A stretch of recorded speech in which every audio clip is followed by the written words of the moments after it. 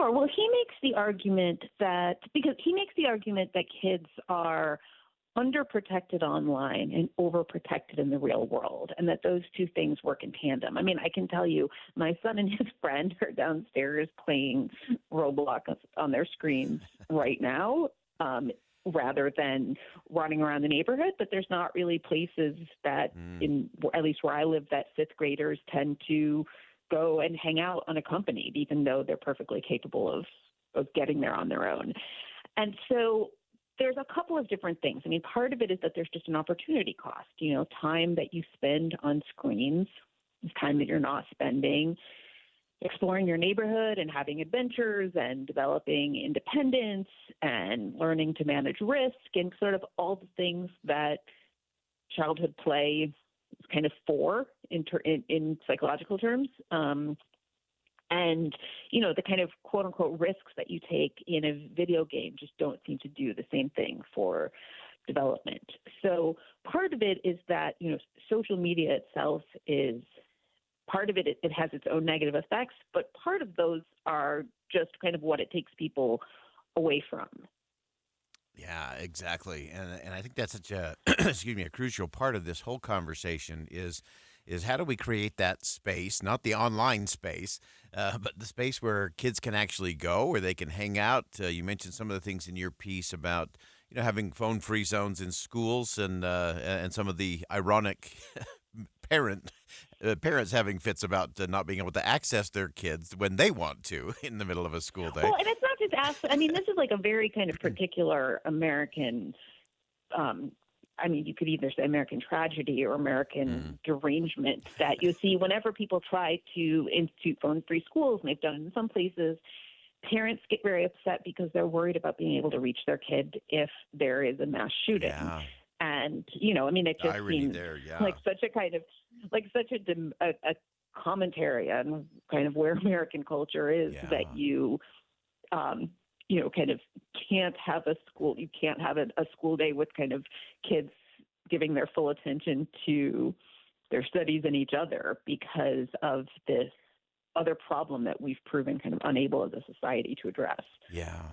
Yeah. That's so, it's so interesting to see some of those, again, some of the ironies of all of that, some of the tragedies of all of that in terms of how we're going about that. I love the fact that you get to these, to the ideas, and you mentioned our friend Tim Carney is a good friend of the show, and some of the things that are making it harder to parent in the world today, and some of the things that make it so our kids can't just roam free or, as you said, experience some of the risk assessment and risk calculations that kids need to learn that we used to leave in the morning and come back at dinner time just because we were hungry, not because we needed to.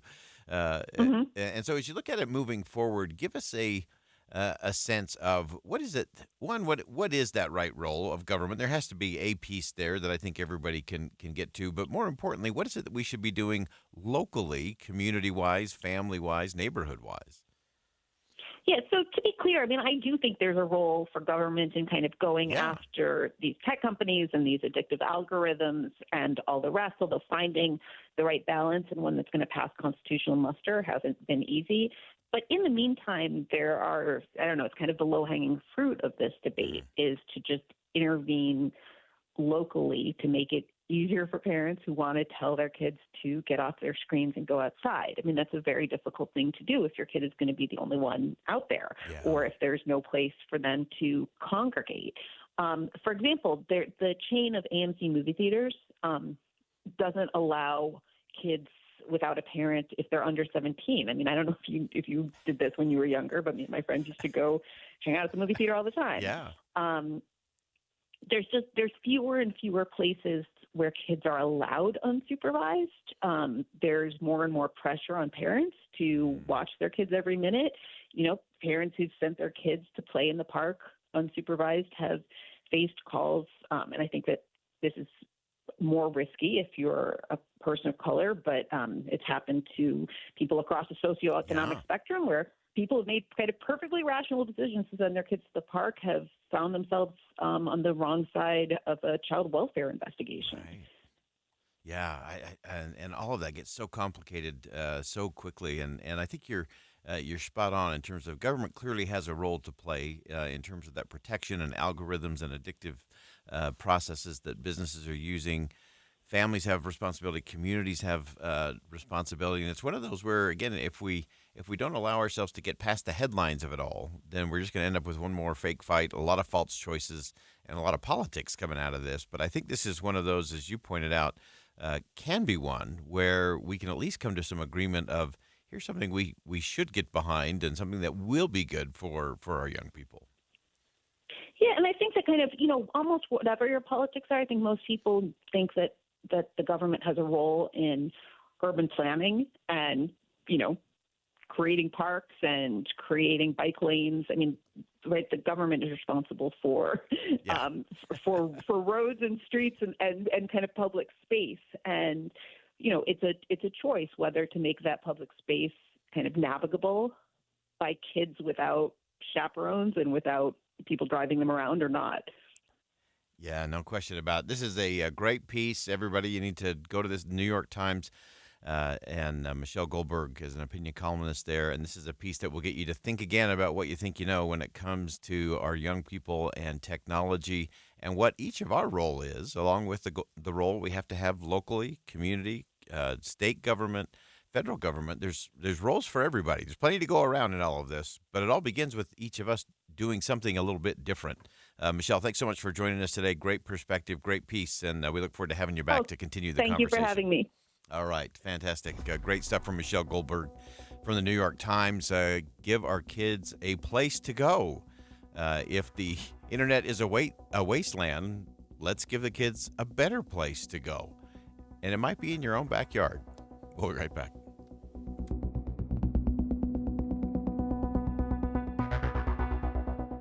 Think again on Inside Sources with Boyd Matheson. I've got a deal that's going to make the proactive people happy and the procrastinators happy. What's up, everybody? I'm Mike Wilson with Any Hour Services, and today, Tuesday, March 19th, Any Hour Services is back with another surprise one-day sale. You already know that we usually charge $99 to tune up your furnace and another $99 to tune up your air conditioner, but if you call today and mention you heard this ad, I'm offering to tune up your furnace and air conditioner for only $48. That's $150 savings. Call Any Hour Services right now to schedule. 801-443-7400. I'm not talking about $48 for the furnace and another $48 for the air conditioner. I'm saying you pay $48 and we service them both.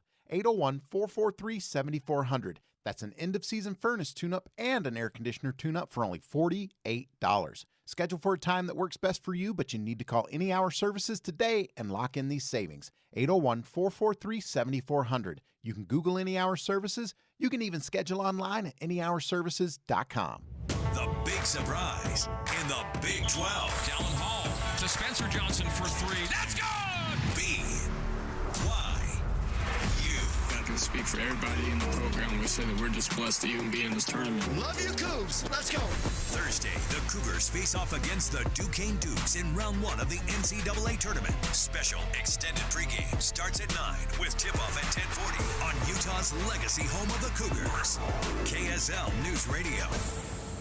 It's finally time to say goodbye to the snow and hello to spring, and right now is the best time to spring into adventure in an RV from a Motorsportsland RV Center. Through this week, come check out Motorsportsland's season kickoff event and find the RV of your dreams at best of your pricing. Is your next adventure in a Class A motorhome? Come check out our 33-foot Georgetown 33B3 right now and save over $57,000 off MSRP. Or maybe a luxury fifth wheel is more your style. Check out our Durango Gold 386 FLF right now for over $45,000 off MSRP. Want to bring all the toys? Check out our 30-foot Raptor Carbon Series toy hauler on sale now for under $37,000 with financing under $340 a month OAC. Ask about zero-down financing options as well. See details and more amazing deals on premium RVs at motorsportsland.com. Let Motorsportsland help you get away. Motorsportsland.com. Progressive asks, what do a slow Friday night, bored teenage boys, I'm bored, a pack of fireworks, this is gonna be awesome, and a teetering branch suspended over your car have in common? Look out!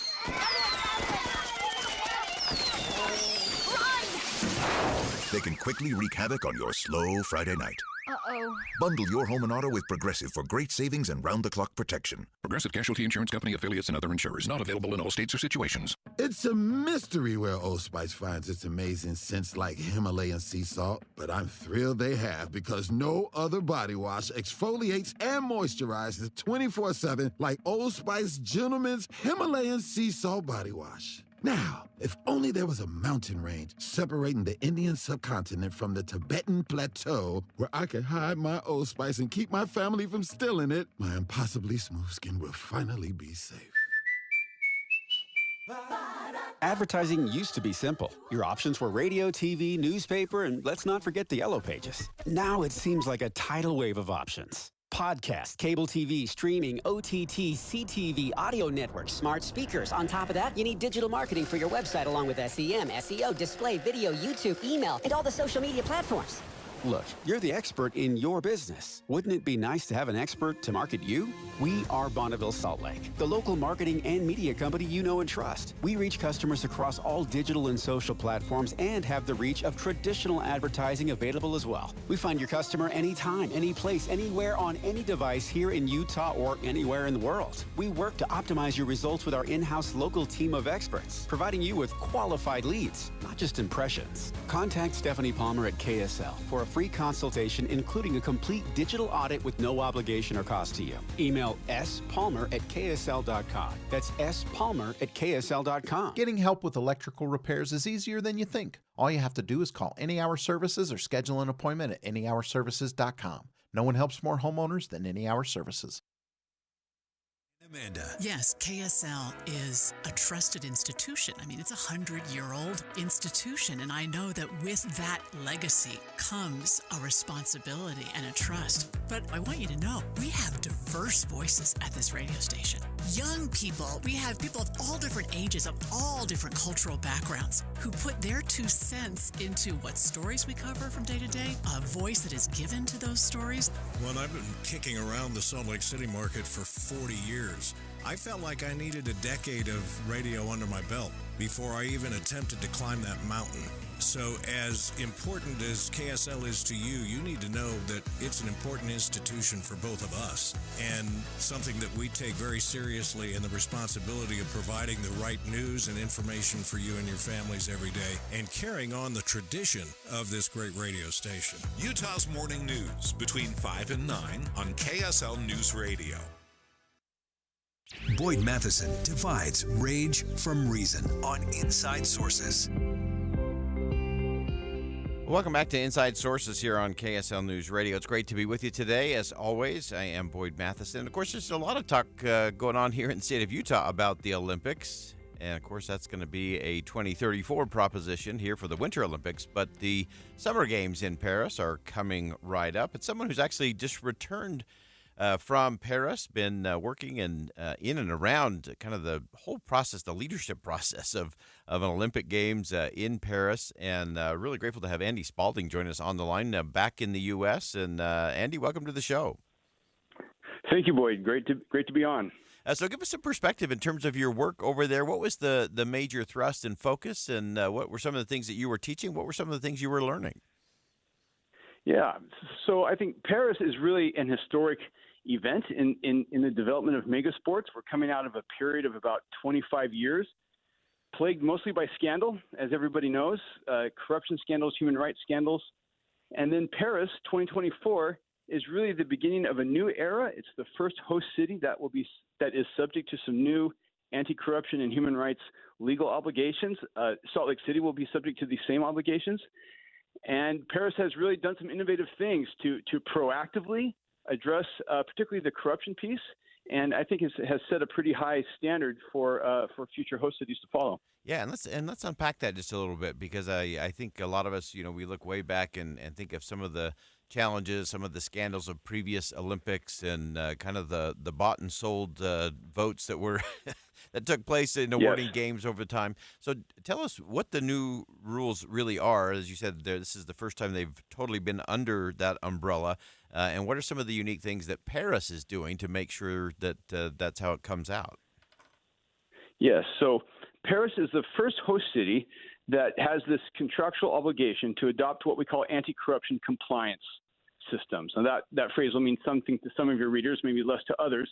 But in short, it's where an organization puts a number of features of a program in place to manage its corruption risk. The organizing committee for Paris 2024 has this obligation to adopt these measures, and it really has done so to an extraordinary amount of success. They at the same year that Paris won the rights to host 2024, that was in 2017. Paris also adopted this new anti-corruption law, which required organizations to adopt anti-corruption compliance programs. We don't have anything like that in the United States. We don't have a national or even a state level obligation that certain entities adopt compliance programs. But Paris has that, France has that, and as that took effect in 2024, what we've seen is some very effective corruption prevention measures in place. But then we've also seen the compliance programs perform its other purpose, which is to detect minor acts of corruption and then to investigate them promptly. There are a couple investigations underway right now with Paris 2024, but I hear from inside sources that they're fairly small peanuts. They're not systemic, big scandalous issues like we've seen for 25 years in Russia and China and so forth. They're small issues, probably best understood as evidence of an anti-corruption system working. Give us a little sense of that in terms of what some of those things look like in practicality, kind of on the ground.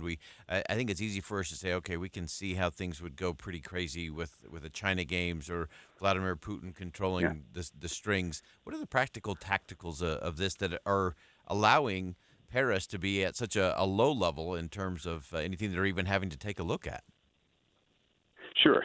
So one of the challenges in putting on these events is that you have a relatively small number of companies, of entities that are really skilled in putting on big events, that have that work experience and have that skill set. The people who lead these companies are also the people who you want working for the organizing committee, because they're the people who know how to put together an event. So that creates conflicts of interest issues.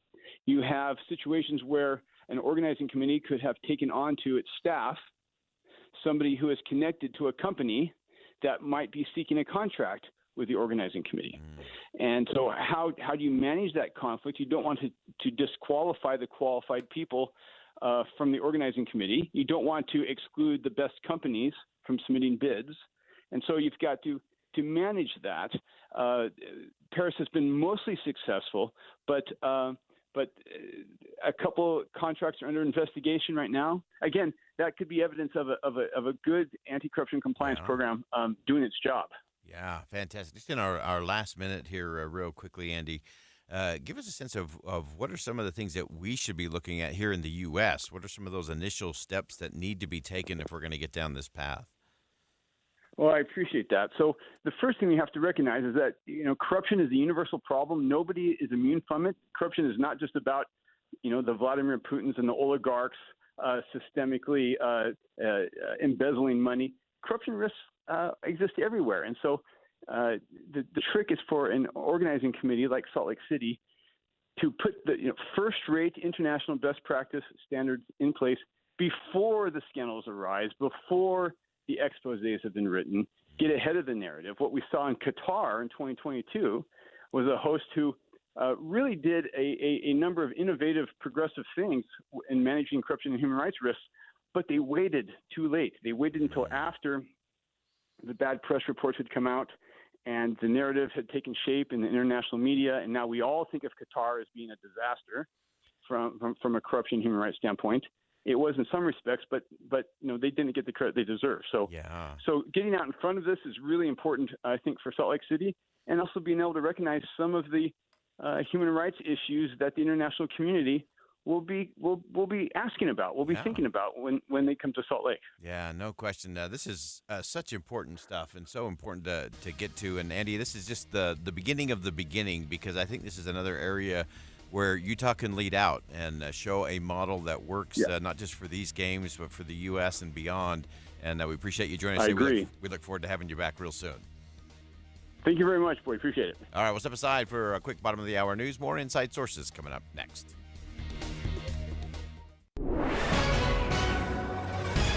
It's 1:30 at KSL News Radio. I'm Dan Bomas. KSL's top local story this hour. 10-year-old girl reunited with her family after a man from Colorado abducted her from California. Detectives were able to track her phone. Officers in Salina spotted the subject's gold Chevy pickup driving east on I-70. They pulled over 29-year-old Michael Staley and arrested him. He had told police he wanted to marry the girl. Our top national story this hour from ABC News. It's opening day for Major League Baseball, not in the United States, but in South Korea. ABC's Brian Clark has details. The Los Angeles Dodgers and San Diego Padres are not the first Major League Baseball teams to open the season in Asia, but the two games in Seoul are Major League Baseball's first in South Korea. The opener at 3 a.m. Pacific time Wednesday morning will also be the first look at superstar Shohei Ohtani in a Dodger uniform. Brian Clark, ABC News.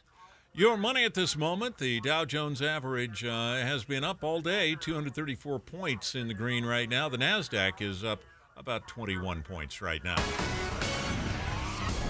And our KSL weather, sunshine today, tomorrow, but clouds coming in for the weekend. That's next.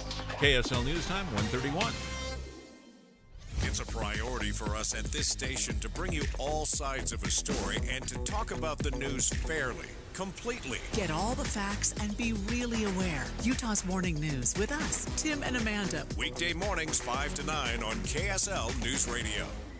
When it comes to your health and wellness and weight loss goals, you can do one of two things. You can make progress or you can make excuses, but you can't do both. And the best way to make real progress is with SOTA Weight Loss. SOTA stands for state-of-the-art weight loss because it is state-of-the-art. I lost 37 pounds in less than 90 days. I am over 2 years in, and I am exactly 37 pounds down. So I continue to make progress. I'm healthier. I'm sleeping better. I have more energy, and you can do the same. At SOTA Weight Loss, your coach and mentor is going to help you every step of the way, help you break all those emotional eating habits, make sure you get the right things you need so the pounds and inches will fall off. You'll feel great. You'll be ready for summer.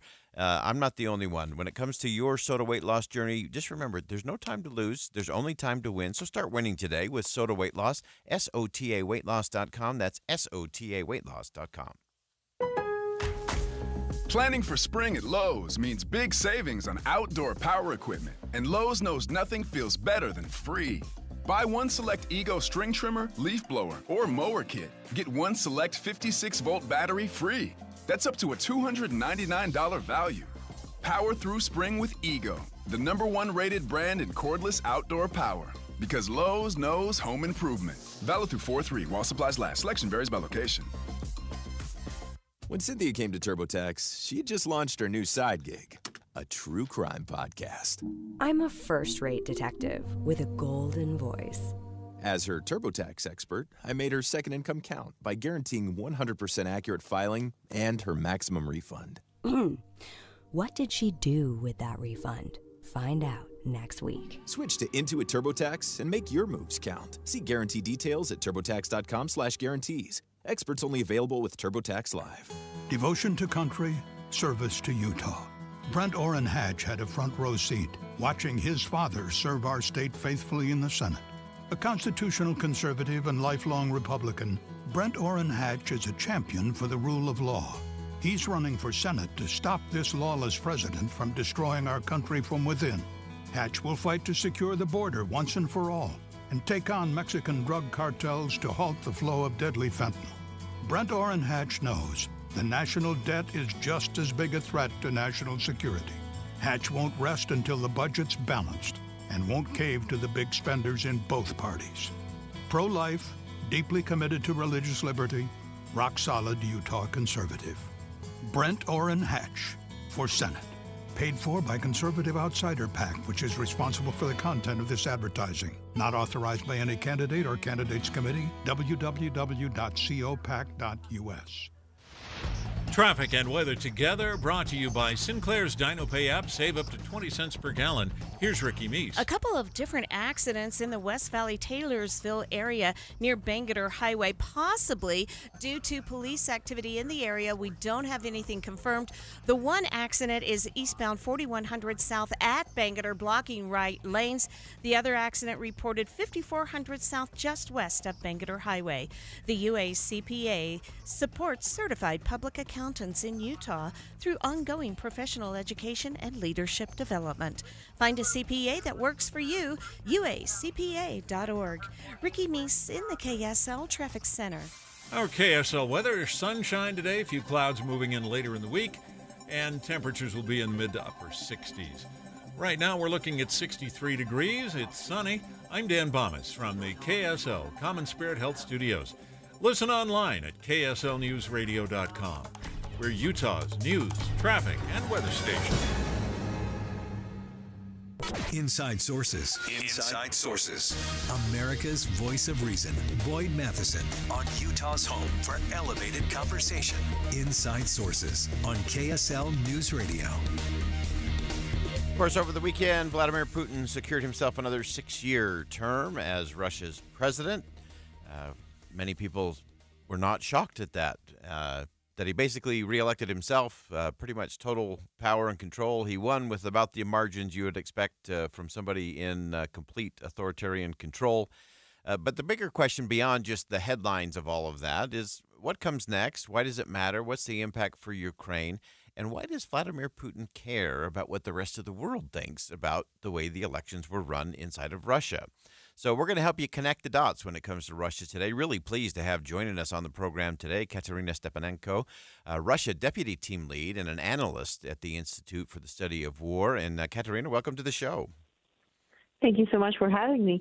You had a fantastic piece talking about Vladimir Putin's elections. And the first thing that jumped out to me in your piece was this quote from you about how concerned Vladimir Putin was about the rest of the world believing these were legitimate elections. Why does that matter so much to Vladimir Putin? Vladimir Putin has a psychology where he wants to pretend. It's almost a master psychology of strongman rule. Putin wants most Russians to believe that his election is legitimate, and by default, his power is legitimate. He wants as many international leaders as possible to recognize his rule, which in turn helps him secure his domestic regime. Yeah, and as you look at that inside of Russia, we were talking about this on the show yesterday for the Russian people, how difficult is it to navigate all of that? They clearly know the propaganda machine coming from Vladimir Putin and the government-controlled media and the government itself. Is that just a confusing thing to a lot of the Russian people? How does that play out on the streets? I think a lot of Russians just kind of settled for the concept that Putin is always going to be the president. Many of them believe that Putin is the savior of the country. He had brought Russia out of dark times in the 90s. Others just simply don't care enough, and that's where a lot of falsifications of elections comes through. Of course, the saturation of the Russian information space with propaganda does not make it any easier for many Russians. So it's a combination of coercion. We have seen reports of military personnel being present at election polls. It's also mass propaganda, obviously, and also the fact that there's no other options besides Putin for Russians to elect. And even if they wanted to vote for anyone else but Putin, they probably couldn't. Yeah, and has this just become a situation where the Russian people are just resigned to this? Is it that they're just out of energy and out of kind of the fight to do that and just kind of accepting it? Or is it that the propaganda is getting through and they're saying, yes, we do believe that Vladimir Putin is leading us in a good direction? I actually think that a lot of Russians believe that Putin is leading the country in the right direction. We obviously see some generated polls. Obviously, we cannot verify how true they are, but Putin still has a pretty high support for his war, around in the 60%.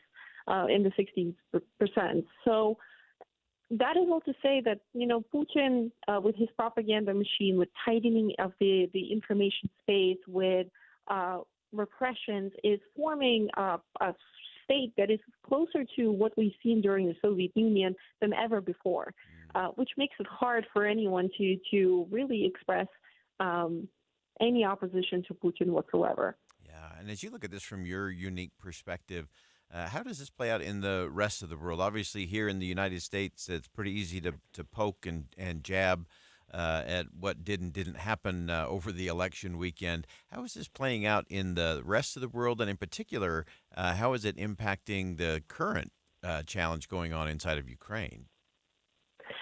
Yeah, so fundamentally, Putin's election does not change much at stake, right? He remains the so-called quote-unquote president of the Russian Federation.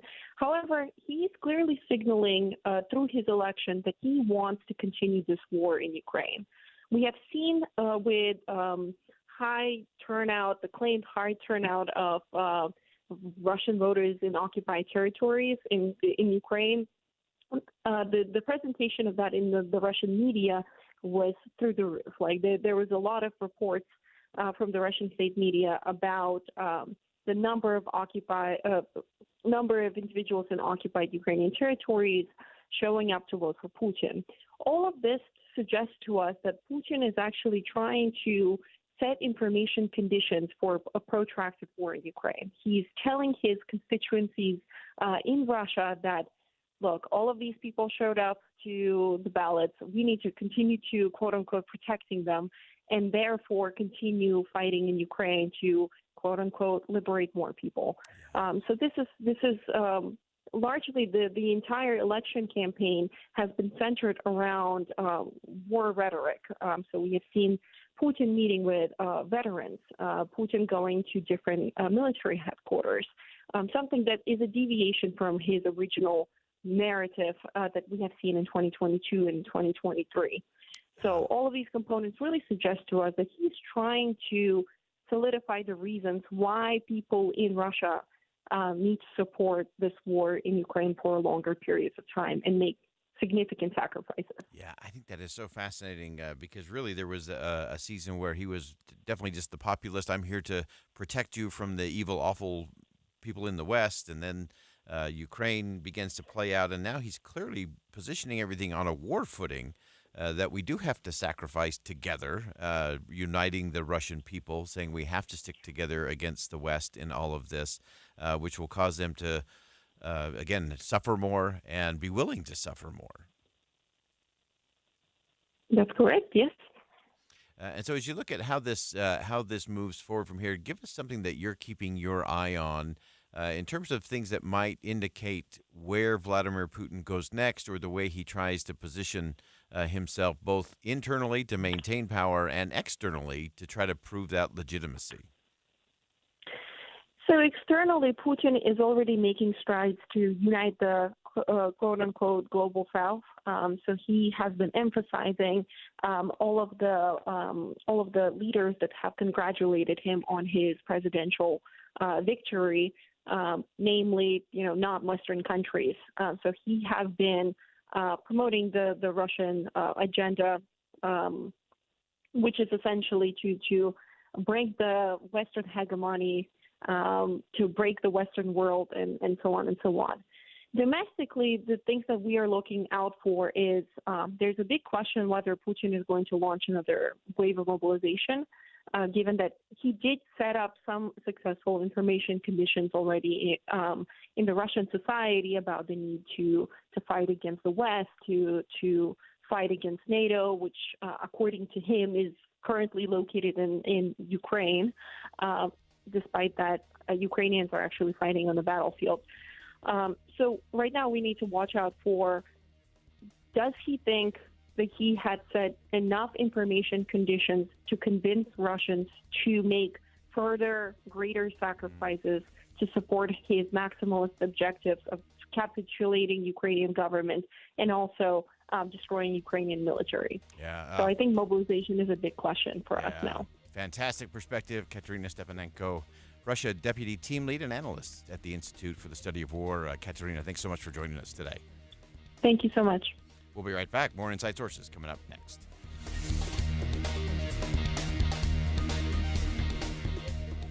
Common Spirit Health has expert orthopedic care that gets you back at it and back to your best. Find skilled orthopedic physicians at Common Spirit locations who specialize in general orthopedics and repair of hips, knees, shoulders, and hands, so you can return to running races or chasing the grandkids.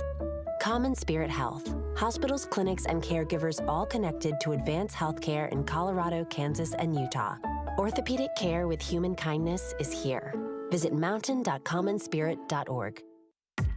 KSL Broadcast Group contests are open to participants 13 years of age and older that are residents of Utah, Idaho, Wyoming, and Nevada, unless otherwise specified. Employees or agents of the station, Bonneville International Corporation, or other area radio stations, or any entity associated with the contest may not enter. Persons who have won in the last 90 days from the station contest or event are not eligible. Full general contest rules are available at kslnewsradio.com.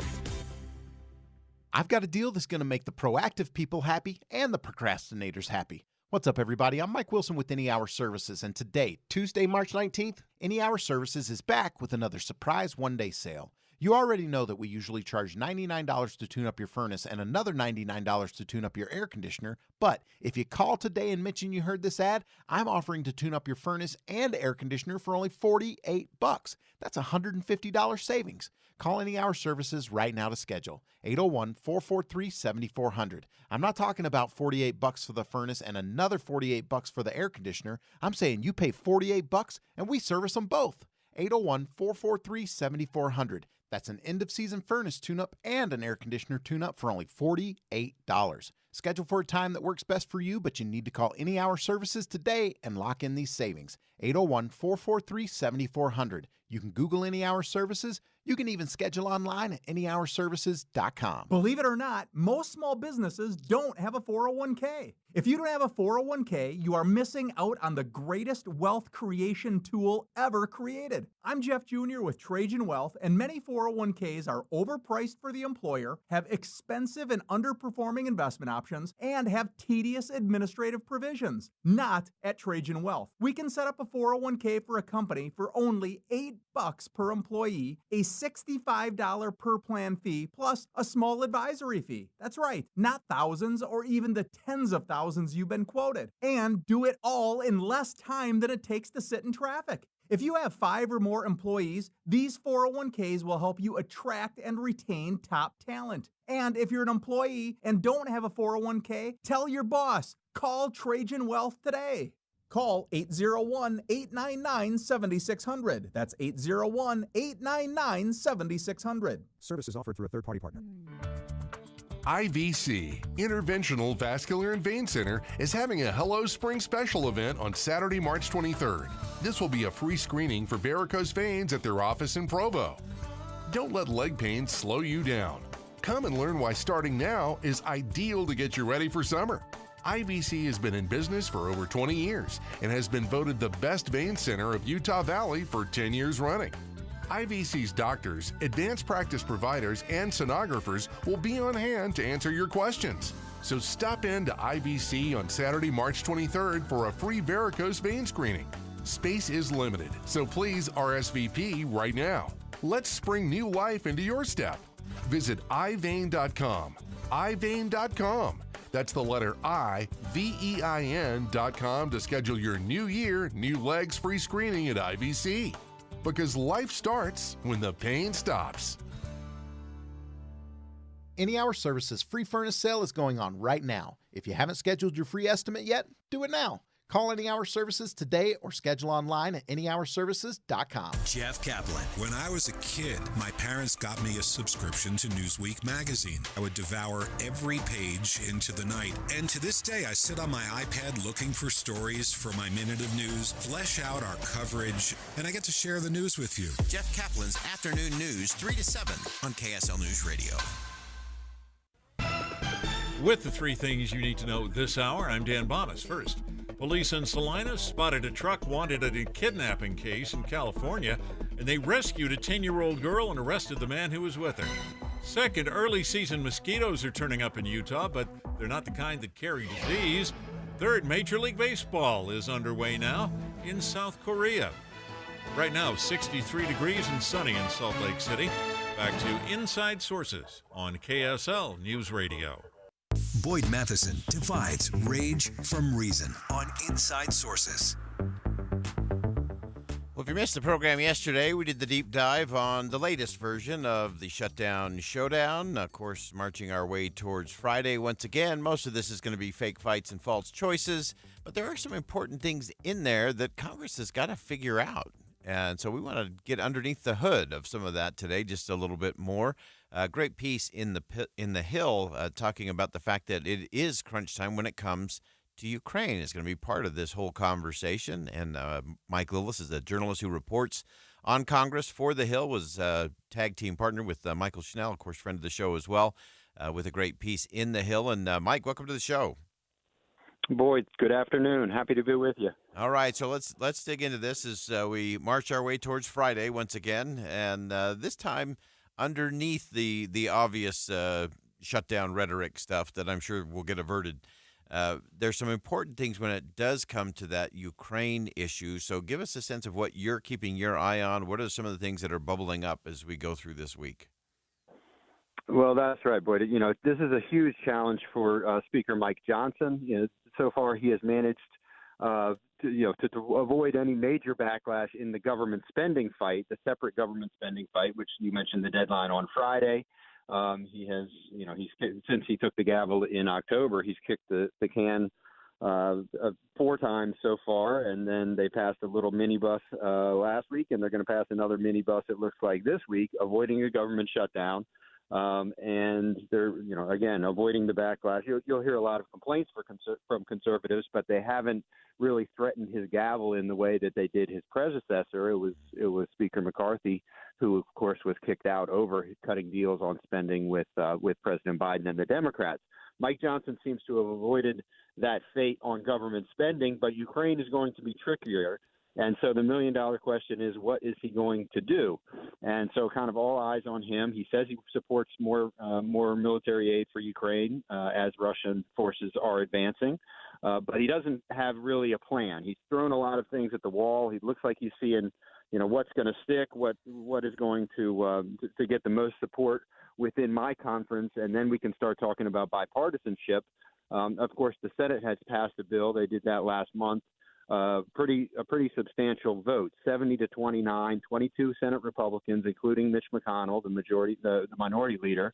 So there is, there's a good bipartisan bill that's sitting in the House, but Mike Johnson says he can't put it on the floor because it doesn't have any border language. So he told Senate Republicans last week, they had a little retreat at the Library of Congress here in Washington, and the Speaker addressed the Senate Republicans and said, listen, we can't put your bill on the floor. We're going to change it, make it more conservative, and we're going to send it back to you.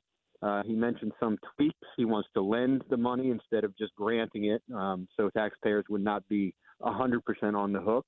And then they want to tweak some language so that Russian seized assets can be used to help pay the tab.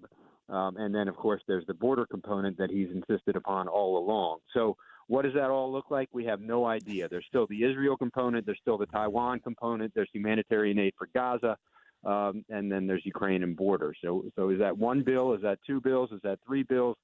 We don't know. And I think it's because Mike Johnson doesn't know. Again, he's just trying to feel his way through this, and he wants to fund the government this week first, and then they'll come back after the holiday break and start to try to answer some of these questions on Ukraine. All right, and clearly in the what could possibly go wrong category out of out of all of that. So first they will kick the can down the road when it comes to the funding component. We've been calling this the double kick of the can down the road because now we do it in this ladder system where it seems like we get a showdown every week of the year, just for good measure. But you talk about the fact that this might end up being a standalone bill or a series of bills. You throw in the Israel component, Taiwan, border security. Is there any path for the Speaker to move any of this forward? If this gets pushed back to April 9th, if they push it past the holidays there, what does that do in terms of Ukraine that clearly seems to be on its heels a little bit in terms of keeping Russia at bay? So what does it do to that dynamic? And then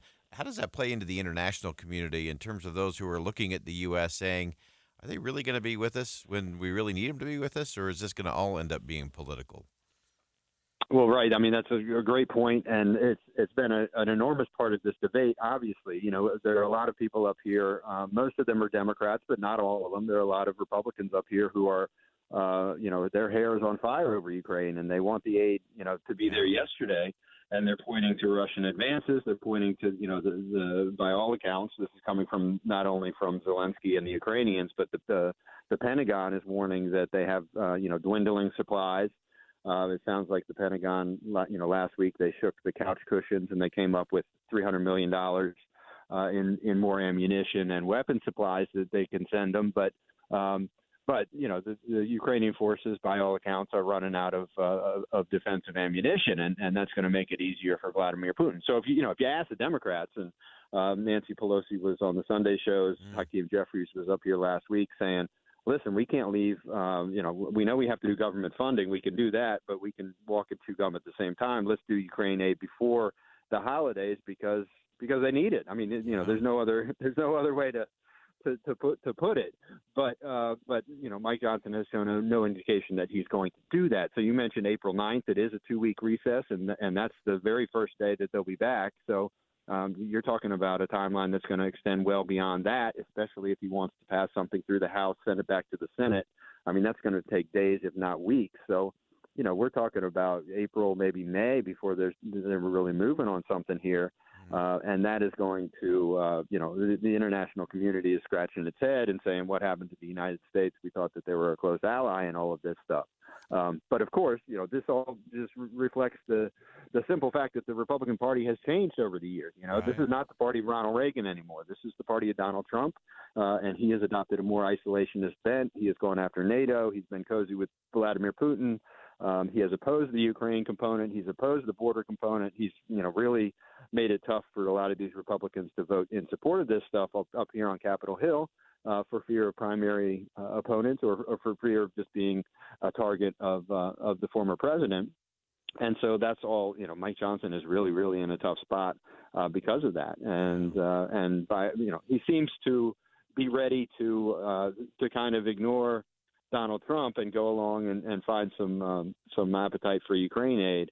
But it's got to be on the front of his mind because he doesn't want to put a lot of daylight between him and the eventual presidential nominee of his party, who he supports and is endorsed, vocally and enthusiastically. So just a lot of moving parts up here and a lot of political considerations and logistical considerations. Yeah. Number one being the timing of it, which you mentioned. Yeah, and that timing gets even more interesting, I think, as we get into April and then into May. As you said, if they don't get back until the 9th of April, and then it takes them a while to actually get something done, even then, before they could actually deliver anything that would be helpful and valuable to Ukraine. That's going to take some time as well. And then you're looking at a season when they really should be on the march, and they should be trying to do some of those things that would push Russia back as the weather gets better, as things get a little easier to maneuver.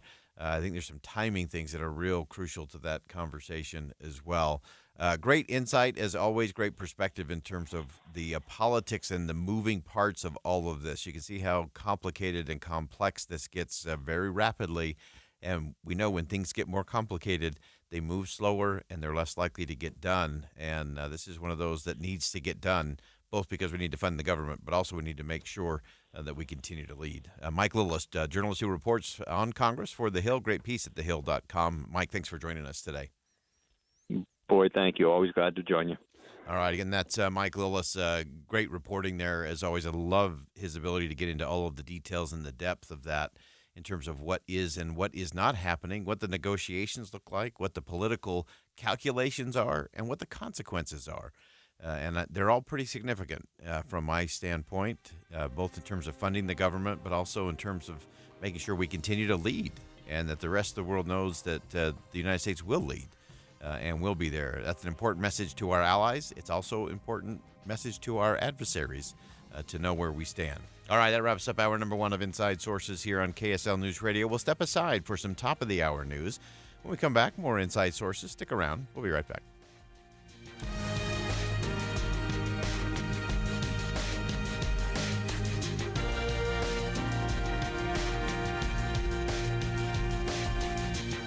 KSL FM Midvale. KSL Salt Lake City. From the KSL Common Spirit Health Studios, this is KSL News Radio. Utah's news, traffic, and weather station. It's 2 o'clock at KSL News Radio. I'm Dan Bomas. KSL's top story this hour. We have breaking news in a couple of different incidents. Salt Lake City police have one person in custody after a stabbing downtown that left 2 people injured. Officers say this happened near 400 East and 100 South. They took a suspect into custody on 300 South just west of Main Street, and we're waiting to learn more from a reporter on the scene. We're also checking into a situation with a heavy police presence on Bangerter Highway at 4100 South. We'll have more on that with KSL News Radio's Ricky Meese coming up. Nordic Valley Ski Resort may become the first in the state to close for the season. Right now, the resort near Eden is open only on weekends. Could close as early as this coming Sunday. Night skiing already closed for the season this past weekend. Snow conditions being evaluated there to determine when the closing date will be. Some people have reported spotting mosquitoes already in Utah. Education specialist Michelle Rebane with the Mosquito Abatement District in Salt Lake City says these early ones aren't as dangerous. They don't carry any type of mosquito-borne diseases. They're just a nuisance and very irritating. If we get another cold snap, Rabin says it'll likely take out these additional mosquitoes. Our top national story this hour, the rules are set for Russian and Belarusian athletes at this summer's Olympic Games in Paris. They'll be allowed to participate as individuals, but they won't march in the opening ceremonies. Any who work for state or military agencies will have to sit out the games. This, of course, in response to the ongoing war in Ukraine. Your money at this moment, the Dow Jones average up on the day now, 320 points. The NASDAQ is up 63. And our KSL weather, we've got sunshine right up to the weekend, it looks like. That's next. KSL News Time, 2:01. Here's a way to get breaking news updates anywhere you go. At the store or in a work meeting, you can get breaking news on your phone. You can quickly read it, swipe, or click for more. It's super discreet, super fast. That's the app for KSL News Radio. Your gas light's on. We need to fill up. Gas around here is too expensive. Don't drive all over searching for the lowest prices. Just download the free Upside app and get cash back for every gallon of gas you buy. I've already made around $200. You can make that kind of cash back just for buying gas? I'm stopping now to download Upside and fill up my tank. Download the free Upside app to earn real cash back every time you buy gas. Cash out anytime to your bank account, PayPal, or e-gift card. Download the free Upside app now and use promo code GIFT for an extra 25 cents per gallon cash back on your first fill up. That's promo code GIFT. What was that? That is business phone bliss with the Ooma Cloud Phone System. It handles all our voice, video, and messaging needs. You sound very... Calm? I am. Ooma has everything I need to run my business more efficiently, like virtual receptionist, call routing, and video conferencing. And it starts at just $19.95 per month per user, plus taxes and fees. Ooma. Nice. Find your business calm at ooma.com/radio. Only one type of burger. For every pallet. Fries are extra. Large in size. We've got the shakes. Going over the brim. Hey, this is Chris from JCW's. Put a positive, delicious spin on your day at any one of our 5 locations. In Lehigh, American Fork, Provo, South Jordan, or Harriman. JCW's, quality and a lot of it. Hey guys, meet Salt Lake City's favorite men's health expert. Hi, I'm Eric Ramos, healthcare provider at Revive Men's Health. I've been treating men suffering from low T and ED for over 5 years. And before that, I was a combat medic in the Army and a Navy corpsman in the Marine Corps, responsible for my men and their health every day. I understand firsthand the health challenges that impact men. Many of my patients come to me because they've noticed a lack of energy, loss of strength, increased belly fat, and even depression. Low T can impact your whole life, but so can proper treatment of it. And hearing that my patients are back to living life to the fullest, that's the best part of my job. Guys, if you're looking for affordable, guaranteed low T and ED solutions, contact Revive for a free T-check and exam today, saving you $199. Call 801-263-7777. That's 801-263-7777. Or visit ReviveMen'sHealth.com. Traffic and weather together, brought to you by Sinclair's DinoPay app. Save up to 20 cents per gallon. And here's Ricky Meese. A lot of police activity in the downtown area of Salt Lake City, blocking off roads. It could be anywhere at near 4th East, 100 South, 3rd East between 1st and 2nd South, even Main Street at 3rd South. So just watch for a heavy police presence in the area. And delays continue due to construction eastbound I-80 near Jeremy Ranch. Need a perfect event venue? There's a place. This is the Place Heritage Park. Ideal for weddings, events, featuring 11 venues, beautiful grounds, affordability for any celebration. Call or visit thisistheplace.org. Ricky Meese in the KSL Traffic Center. And our KSL weather, sunshine today, a few clouds moving in later in the week. Temperatures in the mid to upper 60s. And right now, we're at 63 degrees with sunny skies. I'm Dan Bomas from the KSL Common Spirit Health Studios. Listen online at kslnewsradio.com. We're Utah's news, traffic, and weather station. Inside Sources. Inside Sources. America's voice of reason. Boyd Matheson on Utah's home for elevated conversation. Inside Sources on KSL News Radio. We're going to shift gears and get you to really think again about what you think you know on a very interesting topic today, and that is, what do you want to be remembered for? Would the headline say your wealth, your intelligence, your massive success? Well, the answer might surprise you. Let's begin. Think you know the news of the day? Think again with Boyd Matheson on KSL News Radio. Welcome back to the show, and we're going to take an interesting look into legacy today and what people actually want to be remembered for. So we're really thrilled to have back in studio with us one of our favorites, Lois Collins from the Deseret News. And Lois, always great to have you in studio. And I love this piece at Deseret.com talking about what is it that people want their legacy to be. And everyone, has to think of the obvious: rich, famous, success. That wasn't the answer. No, Think again. I was totally surprised by this. Actually, it never crossed my mind. The the survey by OnePoll, which is an online survey company, found that people want to be remembered as creative. Which, honestly, it's lovely. I can kind of see it once somebody hits me in the head with it, but I would never have thought of that. I would have said, I want to make some sort of mark, make the world a better place. Yeah. I want to raise good kids. I want to all sorts of things. But creativity was number one.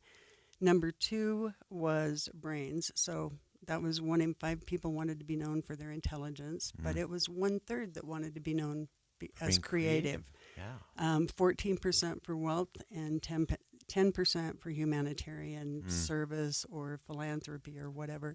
The thing that was interesting about creativity is 3/4 of them said, and I could be more creative if I thought I had talent, but I'm not sure if I have talent, and so it's kind of a stopper for me. But I would really like to be creative. Yeah. So I want to unpack that because I found this so interesting in terms of, one, people don't think that they're that creative, so there's sort of a block there, and yet there's this desire to create, and I think that's something where we express our humanity and maybe even our divinity in that process. What did you find out? In a million ways you want to create, but the thing that's beautiful about creativity is there are a million ways to be creative. Yeah.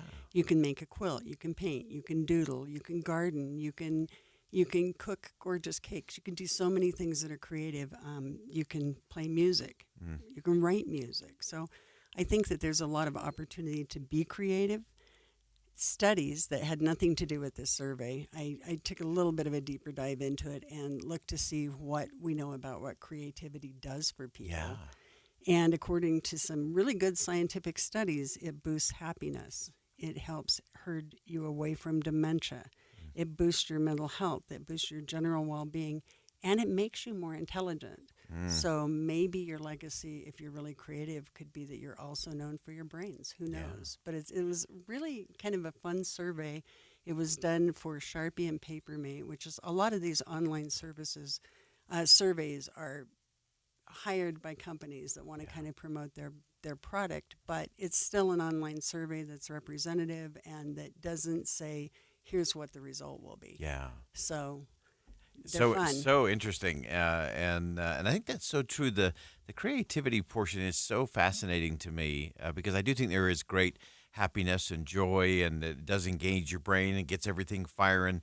I watched this with one of my daughters who lives down in Texas. She played the piano growing up, kind of went away from it as she got through school and married and kids and all of that, and she reconnected to music. She started to play for weddings.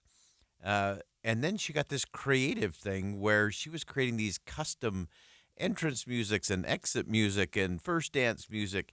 And the creativity in it has been so fun to watch, and I think it's brought her great joy in the process. So how did you see her blossom? Did you notice that she was more confident? Energy up, yeah, all of those things. The energy comes up, the interconnectedness comes up, her view of other people. She got to experience, she's done all kinds of weddings from very religious to very irreligious and everything in between.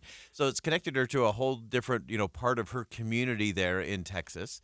But all of that just from this little creative element of, I wonder if we could, rather than just playing the traditional wedding, song coming in and out, what if you really customized it to the couple and their experience? And it's become this whole creative process that's really been fascinating to watch. People do crazy creative things. I know that for a fact. I just had never tied it to legacy before. Yeah. I had tied it to joy and other things, but not to this is who I want to be and this is what I want you to remember. But the other thing that you can't ignore is that a lot of the results of that creativity can literally be something physical that you pass on, that you can leave your children, some of the things that you wrote or some of your pencil sketches or whatever. And so that's nice too. It's kind of a bridge between worlds. Yeah, it does. And when you do start thinking through that in the context of legacy and what will remain, I think that's an important thing to look at in terms of the stories. I've always found that everyone wants to be part of a story. Of some sort or another. And a creative story, I think, is the best kind of story where you actually get to get in there and get your hands dirty and turn it into something special.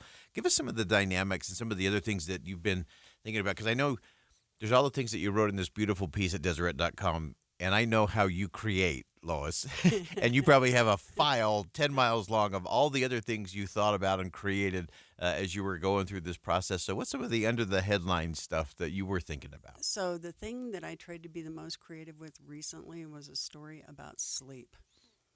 Because people are not sleeping very well for a lot of reasons. And the more I delve into sleep, the more I see that it's like the baseline for everything.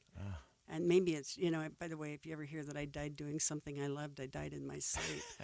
But it's absolutely true that we're a sleep-deprived kind of and there's some real problems that come with that. Yeah. So I have tried to find creative ways to present that so that people will be interested enough to read it. Because otherwise, something that just says what you need to know about sleep is kind of a snoozer. Yeah.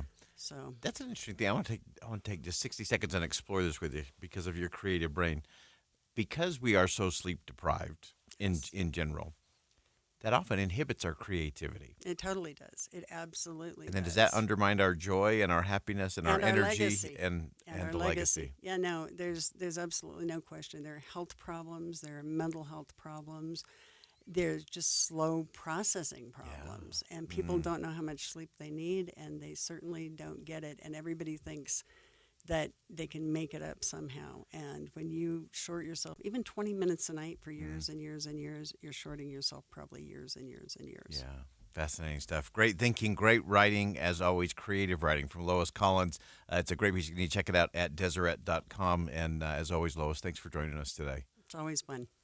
I think it's so important that we look at what that legacy is and the fact that we do have this desire to have a legacy of creativity and using those creative juices, regardless of how we apply it, but creatively doing things, I think is the ultimate tap into our humanity. I think it's the tap into our divinity, and it also taps into our connectivity with our children, with our family, and ultimately that becomes our legacy.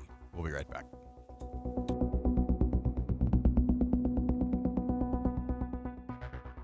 Think again on Inside Sources with Boyd Matheson.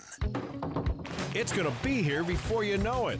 Here comes the summer, like a wave of change. Soda Weight Loss wants to help you look amazing in your swimsuit and shorts, but you gotta get started right now at SodaWeightLoss.com. No time? Try Soda's at-home program with all the support you need online. I didn't realize how unhealthy I was. When you start losing the weight, even that first 5 pounds, this enormous amount of confidence starts to build into you. You start to realize, like, oh, this is possible for me. That's Lauren, and she let go of 35 pounds with Soda. With their help, I let go of 34 pounds, and I've kept it off for more than 2 years. That's because Soda works. Soda helps you break food addictions and get healthy for the rest of your life. It's why they have more than 8,700 Google reviews and countless before and after pictures and videos of people loving their results. Let go of the weight and get started now at SodaWeightLoss.com. Soda is, say it with me, State of the art. While not quite spring, it's been pleasant. Sunny skies, mid-50s. But we all know, in Utah, that can change in a moment. A sure sign of spring is wind. It helps to know what you're facing each day with traffic and weather together every 10 minutes on the 9s. We have you covered on KSL News Radio. There are products that offer up to a 20% upfront bonus just for opening an account and up to 12% per year for retirement income. I'm Jeff Jr. with Trajan Wealth, and I've heard from other advisors saying this is too good to be true. No, it's not. We are one of the few who can offer products like these because we're independent. We're not registered with a broker-dealer who tells us what we have to sell, and we don't have to answer to a board of directors who prioritize shareholders over clients. So, is an upfront bonus up to 20% and 12% per year growth for income too good to be true? For most advisors, yes, but not Trajan Wealth. The fact that many of our clients come from other financial advisors is a testament to our value. Experience the Trajan Wealth difference for yourself. Call 801-899-7600. That's 801-899-7600. Guarantees are based on the claims-paying ability of the issuing insurance. This statement has not been evaluated by the FDA. This product is not intended to diagnose, treat, cure, or prevent any disease. When it comes to my lifestyle and diet, I don't always make the smartest choices. Touchdown! Woo! Hey, how about another round and some more chips? But when it comes to taking care of my liver, I do make one very smart choice. Active Liver Tablets from New Nordic. I used to have real issues with my liver, and at my last checkup, my doc was concerned about my numbers. But since adding a once-a-day Active Liver tablet, my gut's better, I feel great, and my doctor's happy. I ask a lot of my liver, so the least I can do to say thanks is a daily dose of Active Liver. You ask a lot of your liver, so give it the support it needs with Active Liver. You can find Active Liver at Amazon.com, or for a volume discount, visit NewNordicUSA.com. Go to new, NORDICUSA.com, Amazon, or ask for Active Liver at your local CVS. New year, new you. New Nordic. I've got a deal that's going to make the proactive people happy and the procrastinators happy. What's up, everybody? I'm Mike Wilson with Any Hour Services, and today, Tuesday, March 19th, Any Hour Services is back with another surprise one-day sale. You already know that we usually charge $99 to tune up your furnace and another $99 to tune up your air conditioner, but if you call today and mention you heard this ad, I'm offering to tune up your furnace and air conditioner for only $48. That's $150 savings. Call Any Hour Services right now to schedule. 801-443-7400. I'm not talking about $48 for the furnace and another $48 for the air conditioner. I'm saying you pay $48 and we service them both. 801-443-7400. That's an end-of-season furnace tune-up and an air conditioner tune-up for only $48. Schedule for a time that works best for you, but you need to call Any Hour Services today and lock in these savings. 801-443-7400. You can Google Any Hour Services. You can even schedule online at anyhourservices.com. Question: what will you find on all over-the-counter or OTC medicine packages to help you choose the right drug and use it safely? The answer: the Drug Facts label. This label lists the medicine's active ingredients and purpose, how much to take, and warnings you should know before using it. Remember, even OTC medicines you buy without a prescription can cause side effects you don't want. So follow the information listed on the Drug Facts label. For more information, visit FDA.gov/Drug Facts label. A message from the U.S. Food and Drug Administration. Tim and Amanda. Do I look forward to reporting the news? Yes, insofar as it helps me understand what's happening. We know that it's important information that's going to impact people's lives, and so that makes the job of reporting the news that day easier. Utah's Morning News between 5 and 9 on KSL News Radio. With the three things you need to know this hour, I'm Dan Bomas. First, Salt Lake City police investigating a stabbing incident that left 2 people injured in the downtown area. Second, police activity in Bangerter Highway in Taylorsville has been holding up traffic there this afternoon. And third, athletes from Russia and Belarus will have to compete on their own at the Paris Olympics. Their countries are under sanction because of the war in Ukraine. 63 degrees and sunny in Salt Lake City. Back to Inside Sources on KSL News Radio. Get deeper insights on the news from Inside Sources. With so much focus and attention on Ukraine and the Middle East and a host of other places, you may not have noticed Cuba's recent pleas for a little bit of attention from the United States. Cuba's government has been insisting on an audience with U.S. leaders to discuss what can be done about sanctions on that country. And so we wanted to dig into that just a little bit because, it's beyond the headlines and not one that a lot of people are talking about. But someone who is talking about it, Rafael Bernal, who covers the Hispanic political world and policy issues around it, along with global migration for The Hill, has a great piece at thehill.com talking about Cuba and trying to thaw those formal ties to the United States. And Rafael, welcome to the show. Hey, thanks for having me.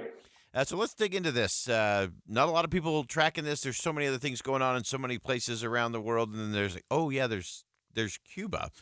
Tell us what's going on and what is happening in terms of Cuba reaching out and at least trying to get a little bit of attention from the United States. Well, that's been going on for months, if not years. They've been trying to get the Biden administration to basically backtrack on everything that the Trump administration did, itself backtracking from the openness of the Obama administration. They want to go back to the conversations that were happening between Obama and at the time, Raul Castro, at the time the president of Cuba. What's happening now is in large part because of U.S. sanctions. They are having the worst economic crisis they have had since the end of the Cold War. At the end of the Cold War, they were dropped by the Soviet Union. It no longer existed. And they lost their best client and they lost their best friend, basically. And they had what was called the special period. It was very difficult. They got through it.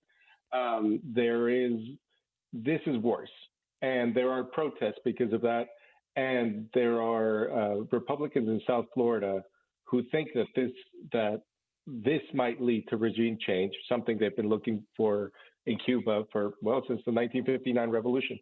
Yeah, fascinating stuff. And as you see some of that play out, of course, human rights is always a center portion of any conversation as it relates there. What are you hearing there? And are there some things happening inside of Cuba that might elevate that and, as you said, lead towards a possible regime change?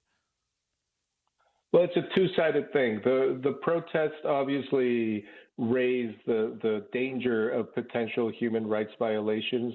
This time around, I haven't heard any specific claims, but last time in 2021 in July, when they had similar protests, that led to a lot of detentions and real, very credible questions on human rights violations. The other side of that human rights conversation is Cuba had historically told the United States, hey, listen, if you want to talk with me, we're going to talk about everything. We're going to talk about your sanctions. If you want to bring up human rights, that's fine. And now, right as these protests were coming up, the Cubans started telling the Biden administration, okay, you want to talk human rights? Let's sit down and talk human rights. And that was a very big change. Yeah. But it doesn't seem like it was, it changed anything on our side of the Florida Straits.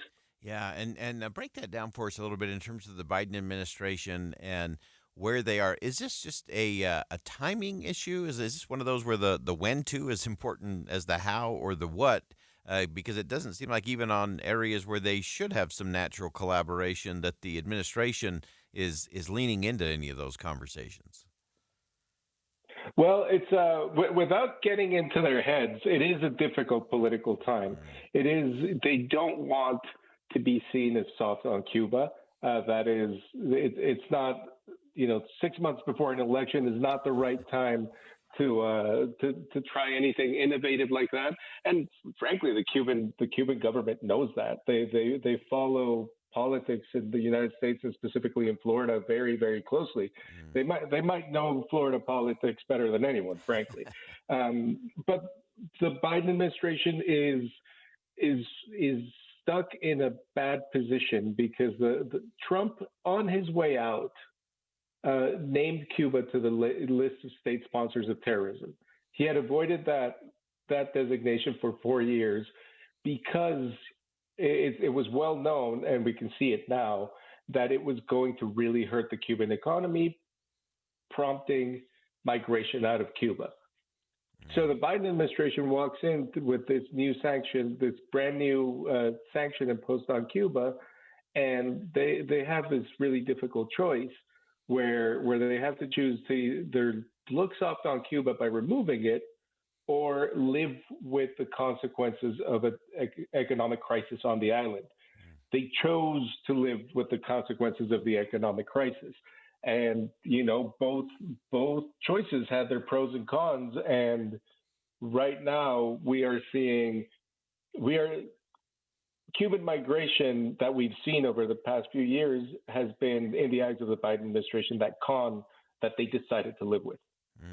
Yeah, it's so interesting to see how that plays. As you look at some of the things kind of beyond the goodwill component to this, what are some of the potential upsides for the U.S. in terms of lifting some of those sanctions and engaging in some of those conversations?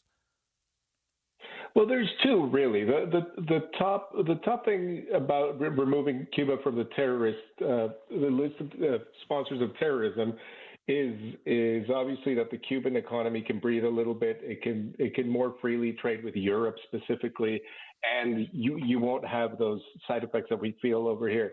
The second one, a lot of critics have said, is that Cuba clearly doesn't fit in that group. The other members of that list are North Korea, Iran, and Syria. Cuba may be is a communist country, and Cuba certainly has a bad human rights record, but there is no record of, at least this current Cuban government, and probably the last, I would say, at least 2 decades of Cuba really, sponsoring terrorism. And so it weakens somewhat the value of that very high sanction that is placing a country on that list. On the other, and another thing, it angers some U.S. allies, especially in Europe.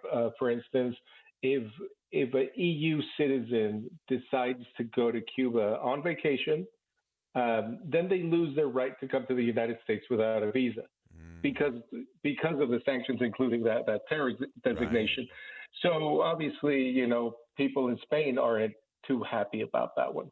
Yeah, fascinating. And just in our last minute, Rafael, give us one thing that you're watching that might give us an indication of where things go next. Obviously, election year, things will be pretty slow, but what's something you're watching for, either coming out of Cuba or some things within the administration that might give us an indication that a shift is on the horizon?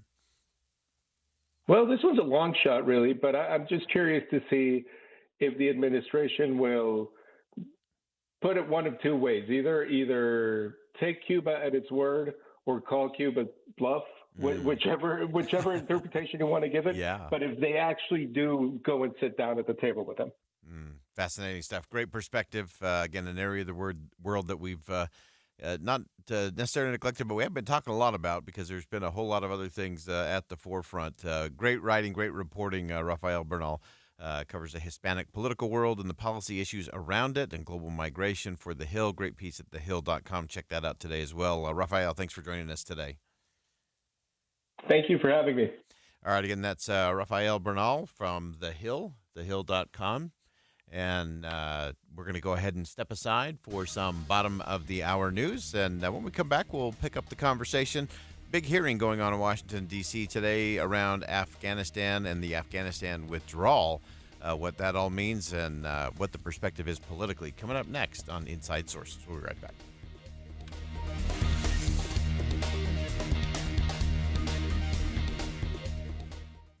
Boyd Matheson. Listening to Inside Sources is a little different from just reading the headlines because we're always going to get you into that think again moment. We have experts from around the country, across the world, and right here local to home that'll help us dive in and get past just the hype, the fluff, the fake fights, and the false choice so we can get into the news to help you connect the dots and make the news make sense. Join Inside Sources with Boyd Matheson, 1 to 3 on KSL News Radio. It's 2:30 at KSL News Radio. I'm Dan Bomas. KSL's top story this hour. Again, we have breaking news. A man believed to have been abducted over the weekend in Taylorsville has now been found dead. That's according to Taylorsville police, who are promising to provide more details in a news conference today at 4. Alex Franco was last seen Sunday afternoon. Police had been searching for a white Jeep in connection with that. And we have new details now on an incident that has been underway in downtown Salt Lake. Police have detained 3 people after a stabbing incident that left 3 people injured. Their injuries range from minor to serious. And there may also have been a shooting near the time of the original incident. Officers say this happened near 400 East and 100 South. They took the 3 detainees into custody on 300 South, just west of Main Street. They're waiting to learn more from a reporter on the scene. Our top national story this hour from ABC News. President Biden campaigning today in Reno. The president taking verbal shots at his opponent, Donald Trump. I never heard a president say the things that this guy has said. But the difference is he means them. He means what he says. Biden says the former president wants to undo everything he's done since he's been in office. Your money at this moment, the Dow Jones average closing trading today up 320 points. The NASDAQ was up 63, the S&P 500 up 29. And our KSL weather. Look for sunshine through most of the week, but then clouds coming in for the weekend. KSL News Time, 2:31. News doesn't just mean information or dates. It's the story of our local history being told in real time. Be a part of the story. This is Tim Hughes and Amanda Dixon. We hope to be a part of your story. We have you covered on KSL News Radio. Getting your biggest tax refund from Jackson Hewitt can lead to some spirited reactions. Jackson Hewitt, yeah! Jackson Hewitt is so sure they'll get you your biggest refund that if they don't, you get your money back plus $100. Jackson Hewitt, yeah! Switch to Jackson Hewitt and we'll beat what you paid last year, even if you filed online. Yeah! Ain't nothing to it. Switch to Jackson Hewitt and pay less for tax prep, guaranteed. Proof of prior year payment required when filing. New clients only at participating locations through April 7th. Terms at jacksonhewitt.com. Ulta Beauty's semi-annual beauty event is happening now. Unleash your love for beauty with 50% off daily beauty steals on hair, skin, makeup, and fragrance. Shop your favorite brands like Tarte and Fenty Beauty by Rihanna. Plus, grab perfect hair care pairs from brands like Redken and Olaplex. And check out new arrivals from brands like Charlotte Tilbury and Dyson. Shop the Ulta Beauty semi-annual beauty event online, in-store, or try pickup today. Now through March 28th. Ulta Beauty. The possibilities are beautiful. Conditions apply. Hi, this is Julie from the Visitors Bureau in Logan, and things are looking up. The sun is out, and you should be too. Spring break is just around the corner, so book your stay, pack your bags, and come and play. We're kicking off spring break with the annual Original Baby Animal Days at the American West Heritage Center. You'll be spread out over 160 acres of beautiful scenery while you pet all the baby animals like lambs, goats, piglets, bunnies, and chicks. March 28th through the 30th also features exotic animals. You can see baby bears from Yellowstone Bear World April 3rd through the 6th, which is also when Baby Animal Days combines with the annual Mountain Man Rendezvous. Watch demonstrations like flint and steel fire starting, bullet making, and leatherworking and scrimshaw. Wait, do you even know what that is? It doesn't matter. Come and see at the American West Heritage Center. Logan has so many great things to do. Come for spring break or anytime you need a break. Vacation in Logan. Just get in the car. ExploreLogan.com. ExploreLogan.com. Ladies, Dave's Bernina makes it easy for you to own a new Bernina quilting machine. We're celebrating National Quilting Month with extraordinary pricing and offers. At Dave's Bernina in Provo and St. George. Save on the Bernina Q Series quilting machine. All machines are on sale with extra discounts. Such as $5,999 on the Bernina Q16 on adjustable folding table, $8,999 on the Bernina Q16 on 10-inch studio frame. Take advantage of 2.99 APR financing for 60 months on select machines. Buy the all-new Bernina L890 QE Serger. Receive a free gift package worth over $1,600. During this sale, treat your sewing love to some sweet extras with special discounts and super savings on Bernina machines and accessories. Special pricing on Bernina 475 and 770 Cape machines. A great Dave's value. Bernina, 2017 North, 550 West in Provo, and 691 East St. George Boulevard.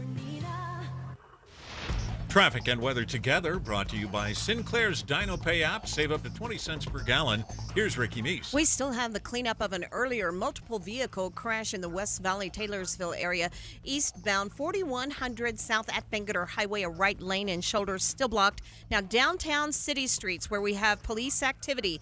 Closed to traffic is 4th East and 100 South. We also have traffic blocked at Broadway and 3500 West. And you may also see officers at 3rd South and Main, and even 2nd South may see some activity. They are trying to get it wrapped up, but just be aware, try to avoid the entire area and use an alternate route. The UACPA supports certified public accountants in Utah through ongoing professional education and leadership development. Find a CPA that works for you at uacpa.org. Ricky Meese in the KSL Traffic Center. Our KSL weather, sunshine today with a few clouds moving in later in the week. Temperatures in the mid to upper 60s. We could see some showers on Saturday. And right now, 64 degrees and sunny. I'm Dan Bomas from the KSL Common Spirit Health Studios. Listen online at kslnewsradio.com. We're Utah's news, traffic, and weather station. Inside Sources. Inside Sources. America's voice of reason. Boyd Matheson on Utah's home for elevated conversation. Inside Sources on KSL News Radio. In August of 2021, the United States military forces pulled out of Afghanistan after 20 years of the war on terror. Things went terribly wrong, of course, in that withdrawal. American servicemen lost their lives, along with many Afghan allies. Taliban retook control of the country very swiftly. And today on Capitol Hill, a hearing took place to find out exactly what happened during the operation, what went wrong, what needs to change so it doesn't happen again. And in particular, how do we make sure that those that are our allies and those that are helpful to us in places like Afghanistan, that we keep our promises to them, as well as the promises, of course, that the country always makes to the women and men who bravely put on the uniform, and to their families when they do not return. And so as we look at this hearing taking place in the House of Representatives, this is a House-based hearing. And interestingly, as you look at those who came in to testify, of course, you had General Mark Milley, who was the former chairman of the Joint Chiefs of Staff. He retired actually back in, I think it was September, October of last year, fall of last year for sure. Also, General Frank McKenzie, who was the former commander of the U.S. Central Command until about 2022. And so both of them appeared in front of the House Foreign Affairs Committee today.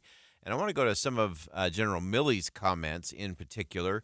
And again, none of this is for anything other than how do we make sure we do it right the next time around?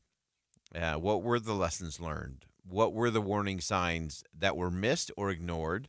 How do we make sure we shed light on the things that went wrong? How do we hold accountable those who made those decisions? And then, again, how do we make sure we move forward in a positive way? So let's start with General Milley. General Milley said that the decision for a final evacuation of our forces in Afghanistan actually came too late. On 14 August, the non-combatant evacuation operation decision was made by the Department of State, and the U.S. military alerted, marshaled, mobilized, and rapidly deployed faster than any military in the world could ever do. It is my assessment that that decision came too late. General Milley was quite emphatic throughout and was very clear of when he was acting under orders, what his own opinion was in all of this. So I thought that was pretty telling and pretty instructive in terms of how a general of the Joint Chiefs made some of these decisions or was involved in the making of some of these decisions. Again, some of those, as he said, came from the Department of State. Some of those came in conjunction with the White House. The general commended the military for their performance during the evacuation as they were performing under extreme pressure. And again, after a 20-year battle there inside of Afghanistan. The United States military performed one of the most incredible evacuations under pressure in recorded history in an extremely difficult, dynamic, and dangerous environment. That performance is due to the individual bravery, competence, and compassion of every private to general who had any role in this NEO. At the end of 20 years, we, the military, helped build an army, a state, but we could not forge a nation.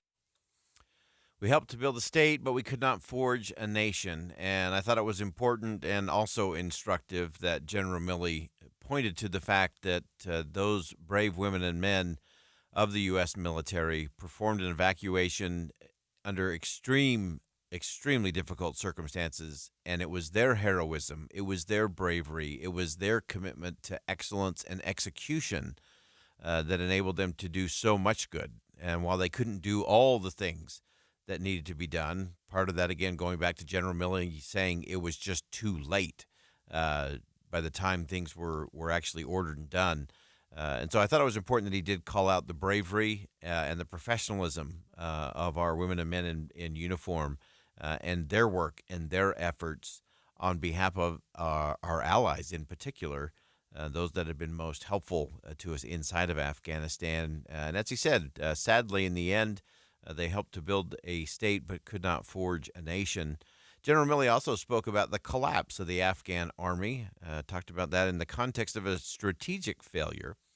But he also highlighted the role the U.S. military played in the country during that entire time, 20 years there in Afghanistan. The enemy occupied Kabul, the overthrow of the government occurred, and the military we supported for 2 decades faded away. That is a strategic failure.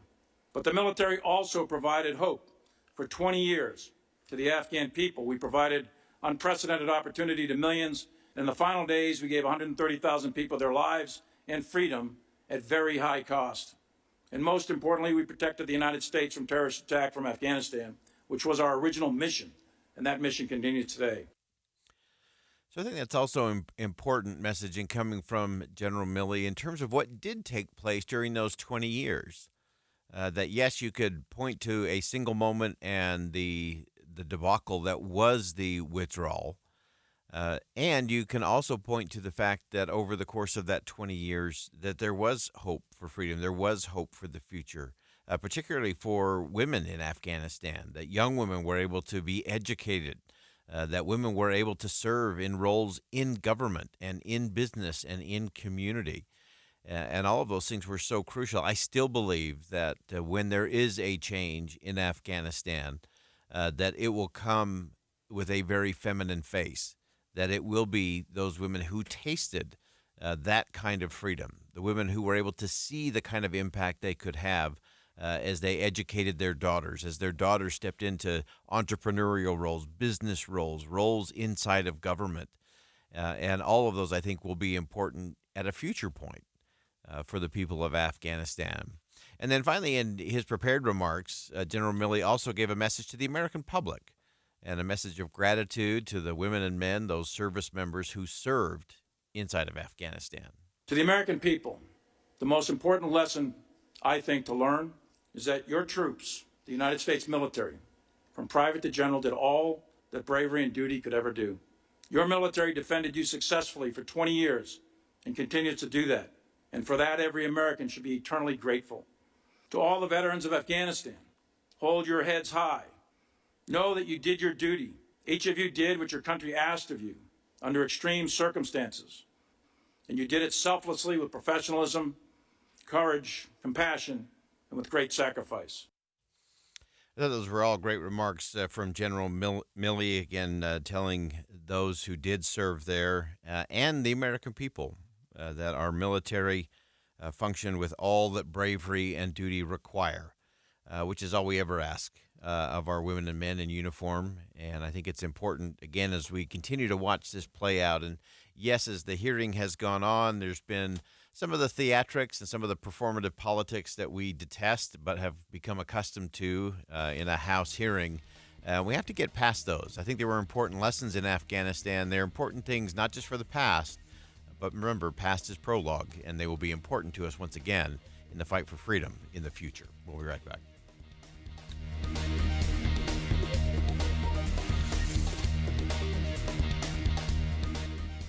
I've got a deal that's going to make the proactive people happy and the procrastinators happy. What's up, everybody? I'm Mike Wilson with Any Hour Services, and today, Tuesday, March 19th, Any Hour Services is back with another surprise one-day sale. You already know that we usually charge $99 to tune up your furnace and another $99 to tune up your air conditioner, but if you call today and mention you heard this ad, I'm offering to tune up your furnace and air conditioner for only $48.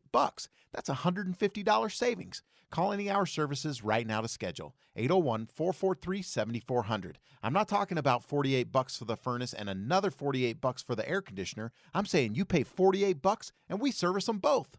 801-443-7400. That's an end-of-season furnace tune-up and an air conditioner tune-up for only $48. Schedule for a time that works best for you, but you need to call Any Hour Services today and lock in these savings. 801-443-7400. You can Google Any Hour Services. You can even schedule online at anyhourservices.com.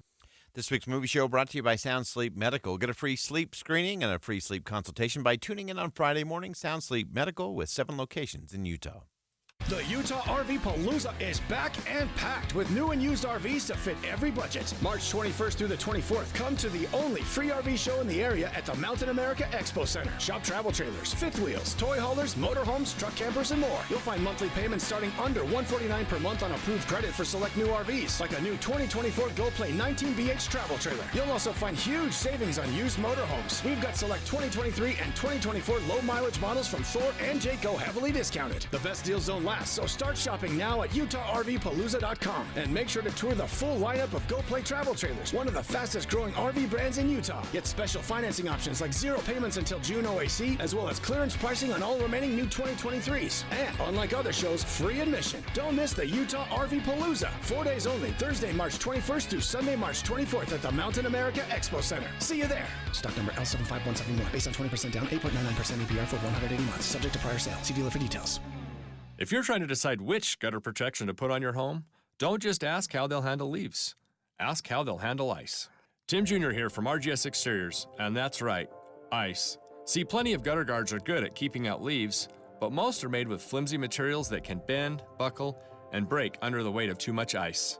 Kind of a big problem in an icy state like Utah, right?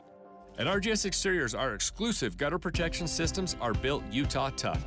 They're made with premium strength materials that hold up to 1,200 pounds of ice per square foot. Simply put, they're not going to budge. Our gutter guards are also certified to handle hurricane-level winds and rain. Mother Nature can't damage them. Guaranteed. Utah Tough Products. That's the RGS way. For a free estimate, call 801-280-3110 or visit rgsexteriors.com. That's rgsexteriors.com or 801-280-3110. Derek Overstreet, founder of the New Millennium Group. We're a financial planning firm. Listen, we're fiduciaries. We have advisors standing by right now to take your call. That's 888-999-6370. 888-999-6370. The reason you're going to want to call is we're going to help you retire 3 to 5 years before you thought possible. Now, imagine how that would be if you could actually retire 3 to 5 years sooner than your plan was. The way we do this is by putting together a step-by-step plan, taking into consideration any rental properties that you have, any pension income that you have, your Social Security. Listen, we put that all together for you in writing. It will allow us to build your income based on inflation. You know, inflation has been rapidly rising. You and I both need a plan that whatever we start out our income at, in 5 or 10 years, we're going to need 40% more income. So if you're one of those people listening and you'd like a plan in writing, give us a call at 888-999-6370. That's 888-999-6370, or go to utahsfinancialplanner.com. Any Hour Services can help unclog any drain in your house, whether you have a backup, a clog, or a slow drain you want fixed. Call Any Hour Services or visit anyhourservices.com. Inside Sources with Boyd Matheson. Our goal every day on Inside Sources is to help you divide the rage from the reason, elevate the conversation, connect the dots, and make the news make sense in your world. We have conversations with great thinkers, with great leaders, and great people who are just out there making a difference in the world. Now, we do talk about politics, but only so we can discuss society and culture. And then we explore society and culture so we can discuss principles and the people in America and the state of Utah who actually live them and apply them every day. We bring the best and brightest minds to the state of Utah, and we love to take the Utah model and send it out to our nation's capital and beyond. Every day on Inside Sources, you'll be part of that conversation. To help you understand things in a different way, we'll get you to think again about what you think you know, but most important, we're going to help you have confidence to have crucial conversations in your community and in your own home. Join Inside Sources with Boyd Matheson, 1 to 3 on KSL News Radio. Mom and Dad used to argue about everything, especially about Dad's drinking. It drove me crazy. It got so bad, I couldn't do my homework. I couldn't concentrate. I absolutely refused to let any of my friends come to our house for any reason. I would have been humiliated if anyone found out how much my dad drank and how loud my mom screamed at him. My family went from totally crazy to quiet, calm, and even peaceful. The only thing that happened is my mom started going to Al-Anon family groups. Her relationship with my dad really changed. I asked Mom if she would take me to her Al-Anon meetings or to Alateen. I wanted to see if I could have a better relationship with my dad. I'm sure glad I did. If someone's drinking troubling you, you might be surprised at what you can learn in an Al-Anon or Alateen family group from people just like you. Call 1-888-4-ALANON or go to alanon.org. Dave and Debbie. I want our listeners to feel like they have an advocate, that they have somebody that's going to fight for them, challenge the status quo or the pithy soundbite. We have a unique job where we have access to interviews and people that not everyone has. We take that seriously. So if we do feel like we're getting a spin, then we can challenge it. I love it when people tell me, I was just thinking about that question that you asked. I'm glad you asked that question. That's like the height of compliment. I want our listeners to feel empowered to use the information that they've learned on the Dave and Dujanovic Show to help their families, to help make good decisions, help investigate other avenues to maybe protect their family's safety or protect their family's money. I'm hopeful our show leaves our listeners with a sense of empowerment so they can make the best decision possible for themselves and for their families. Listen for Dave and Dujanovic 9 to noon on KSL News Radio. At Social Security, we are always thinking of ways to save you time and make things easier. That's why we created My Social Security. Opening a My Social Security account gives you secure access to your personal record and interactive tools tailored for you. You can see if you are eligible to receive benefits, view spousal benefit estimates, and compare retirement benefit estimates at different ages or dates when you want to start receiving benefits. Already receiving benefits? Use your account to change your address, set up or change direct deposit, get a proof of income letter, and more. In most states, you can also request a replacement Social Security card. Save time. Go online. Open a My Social Security account at ssa.gov/myaccount. Social Security, securing today and tomorrow. Produced at U.S. taxpayer expense. With the three things you need to know this hour, I'm Dan Bomas. First, a man who Taylorsville police are trying to locate has been found dead. They believe Alex Franco was abducted over the weekend. Second, 3 people have been injured in a stabbing incident in downtown Salt Lake. Police say they also have 3 people in custody. And third, President Biden made a campaign stop in Reno this afternoon. Right now, 64 degrees and sunny in Salt Lake City. Back to Inside Sources on KSL News Radio. Hear elevated conversation on crucial issues. Boyd Matheson on Inside Sources. Welcome back to Inside Sources here on KSL News Radio. It's great to be with you today. As always, I am Boyd Matheson. As we round out the program today, obviously March Madness is upon us, so we're going to continue with a theme of one of the great leaders. We often talk about leadership on this show, but I want to go back to the leadership of one of the ultimate leaders in college basketball, John Wooden, who won 10 national championships under a whole different set of rules than a lot of the players play today. But he had so many important life lessons because that's why he coached. It was not to win championships. It was to produce good humans that was the goal. Basketball was a bonus in the end. Championships were a byproduct of people who played with character, people who understood a sense of team, and people who understood what it meant to become a leader. And if you just do a quick scan of the topics that we have covered in the show today, there's not a single one of them that can be solved or improved without great leadership. And so if you go all the way back to the top of the show, and if you missed this, you want to go back and pick up the podcast later this afternoon, we started today with Michelle Goldberg from the New York Times. And she began in a leadership stance of saying, look, everybody agrees the internet is a wasteland. So give kids a better place to go. And I loved where she started. She talked about the fact that she is a liberal New Yorker, and she found herself nodding along with very conservative Republican Senator Lindsey Graham, talking about what needs to happen. And, of course, there's so much chatter and clamor going on around TikTok and social media. We know all of the things that it's impacting in terms of our children's mental health, their self-confidence and self-esteem, the addictive component to all of that, the algorithms that the social media companies are knowingly using to get the kids further into the matrix, so to speak, and further addicted to what's being served up on their phones. But she also said there's something more than that.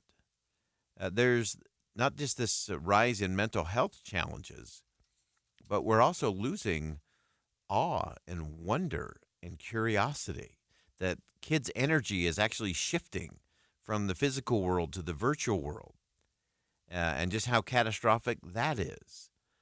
And so what's the leadership solution to that? Does government have a role? Yes, government has a leadership role. Let's have that conversation. And Michelle laid it out in terms of, hey, some of these things are going to be a challenge constitutionally and free speech-wise, so you got to deal with that. There's a private business component to it. You got to deal with that. So government has a role to play, no question about it, especially when it comes to impacting our young people. Local governments have a role to play as well. Schools have a role to play. Parents have a role to play. We all have a role to play. And one of the roles that I think is most significant and least talked about is the fact that we've got to give our kids somewhere else to go. If the only place they know to go and the only place they know to turn is to their digital device, guess where they're going to go? So it'd be nice if we could reintroduce them to outdoors, free play time, time that's not being supervised by an adult, where they can learn how to make choices, calculate risk, endure consequences. Always loved my friend Ben Sass, former senator from Nebraska, now the president of the University of Florida. At his house, he said, we celebrate scar tissue because he wants his kids to experience things, including the consequences that come with it. But that requires some leadership from all of us. And so I love that portion of our conversation today. And I think this is one of those areas. So if we can go back to Coach Wooden now, Coach Wooden would often say, don't let what you cannot do interfere with what you can do. And so when it comes to social media, yeah, there's a lot of things that we cannot do, we cannot control, or we cannot seem to come to agreement on what the right solution is as it relates to what government should do. But that doesn't mean we all should be standing around with our hands in our pockets looking at our shoes thinking, well, there's nothing we can do. Because there's lots we can do. Engage in a conversation with a young person. Go for a walk in your neighborhood. Make eye contact when you're standing in line at the store. Do something different. Create space for your own children, your grandchildren. Check the cell phones at the door occasionally. Or just turn them off all the way. Because if we want to get past this very anxious generation, if we want to help them not only overcome the challenges of anxiety and depression, discouragement, suicidal thoughts, and all of the downstream negative impacts, we also need to make sure we're teaching them how powerful it can be to create. And if you missed our conversation with Lois Collins, again, great leadership. She talked about legacy. Everyone wants to leave a legacy, and amazingly, the legacy that people really want to leave is not one of fame, not one of fortune. They want to be known as someone who was creative. and tapping into our own creativity and helping young people tap into their creative juices, whether it's in music or